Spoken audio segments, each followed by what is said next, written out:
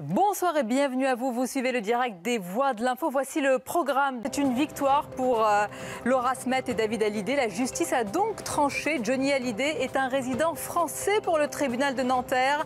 Une étape importante a été franchie, même si il va y avoir appel.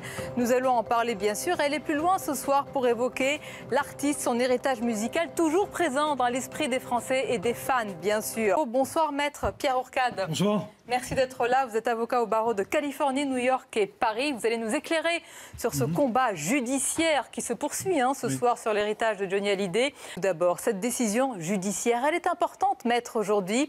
La justice a tranché, affirmant que Johnny Hallyday est résident français avec sa vie en France. Est-ce que vous l'analysez véritablement comme une victoire pour Laura Smet et David Hallyday ? Alors, si vous voulez parler de victoire, je dirais victoire sur un malentendu, un gros malentendu. Parce que, avant de venir, je me suis plongé dans la lecture de ce jugement qui fait 22 pages et j'ai trouvé ce jugement tout simplement aberrant. Tiens donc, complètement aberrant. Parce que on est, si vous voulez, à l'heure, j'ai réalisé ça en lisant ce jugement, c'est la justice Instagram. On est en 2019, je trouve ça complètement aberrant. Les magistrats, par exemple, font allusion à des données spatio-temporelles utiles. Alors ça veut dire Instagram. Un calendrier, alors je cite parce que ce sont des notions que je ne connaissais pas, des calendriers de géolocalisation. Alors, je me demande si on va demander à Johnny Hallyday de son vivant ou son téléphone borné. Et ce sont 22 pages avec un peu de droit et beaucoup de faits absolument pas pertinents.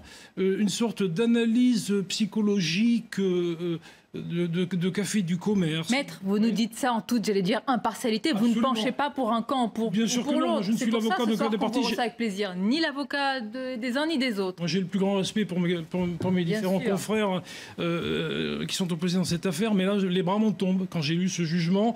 À mon avis, l'appel devra évidemment casser ce jugement qui ne repose absolument sur rien et pas sur des faits concrets. Un exemple parmi d'autres, on reproche à Johnny de ne pas être devenu américain. Mais là n'était pas l'objet de ce jugement. On voulait savoir s'il avait acquis une résidence habituelle en Californie. Alors on nous dit, voilà, il ne s'est pas retiré sur son inventaire, il n'a pas terminé sa carrière à Los Angeles et sans jamais plus mettre les pieds en France, mais c'est pas ce qu'on attendait d'un artiste comme Johnny. Donc le concept de résidence habituelle, ça voulait dire il passe un peu plus de temps aux États-Unis. Johnny a une carte verte. On a dit également, oui, mais Johnny n'a pas demandé la nationalité. Là aussi, les magistrats qui, à mon avis, n'ont jamais vécu à l'étranger, qui connaissent très peu les États-Unis, on verra le 26 juin à Los Angeles ce que ça donne, ne savent pas qu'il faut avoir 5 ans de carte verte pour demander... J'ai une carte verte, donc je suis bien passé pour le savoir, pour demander la nationalité. Donc tous ces éléments... Vous allez à rebours de tout ce qui a été dit tout au long de la journée. Comment ? Vous allez à rebours de tout ce qui a été dit. Absolument. Tout ce qui a été dit aujourd'hui, c'est de la communication d'avocat. C'est de bonne guerre. Je sais le faire aussi. Mon confrère Ravanas a été je dirais, efficace dans cette partie-là, sauf que faire une sorte d'appel à Laetitia en lui disant maintenant, après nous le déluge, il faut maintenant... parler et tout ça, je trouve que ça montre un petit peu la situation finalement de faiblesse malgré ce jugement dans laquelle ils sont. Et je pense que Laetitia, qui a été traînée dans la boue depuis plus d'1 an, qui a été traitée de marâtre, qui a été finalement sort confortée de ces assauts complètement injustifiés sur sa personnalité, sur son caractère. Je suis choqué par... c'est pas intéressant comme analyse, comme argumentaire. On va évidemment développer cela. Oui, mais je vais rebondir en revenant dans le jugement, justement. Alors les magistrats, toujours avec autant de verve, page 18. Les véritables intentions de Johnny Hallyday ne sont pas simples à saisir. J'ai envie de dire aux magistrats, abstenez-vous. Abstenez-vous. On ne vous demande pas d'être des psychanalystes de bazar. Ce n'est pas le rôle d'un magistrat. Il y avait des critères quand même objectifs, bien que difficiles à cerner, puisqu'on parle de résidence. Et ce jugement, je dis, c'est une analyse, une étude de mœurs, un inventaire à la Prévert. Voilà, et pour moi, c'est complètement à côté de la plaque. C'est vrai que c'est plus compliqué au niveau fiscal pur et dur, c'est-à-dire où il devait payer ses impôts, ça serait plus simple, parce que le fisc français vous dit, si vous passez 183 jours en Californie, à ce moment vous ne payez pas. Pour notre cas, c'est un peu plus compliqué, mais là aussi, dans le jugement, il y a des insinuations. C'est-à-dire qu'on insinue qu'en fait, peut-être, d'ailleurs c'est ce que dit le jugement, il ne se prononce pas, il y a peut-être une possibilité que Johnny ait fait ça pour se mettre à l'abri, je cite, c'est dans le jugement, à l'abri du fisc. Donc ce sont des insinuations. Là aussi, je m'étonne que dans un jugement... Vous vous étonnez, mais heureusement, vous ne remettez pas en cause la compétence... Oui, si, évidemment. vous la remettez en cause? Je remets en cause la compétence de ces magistrats.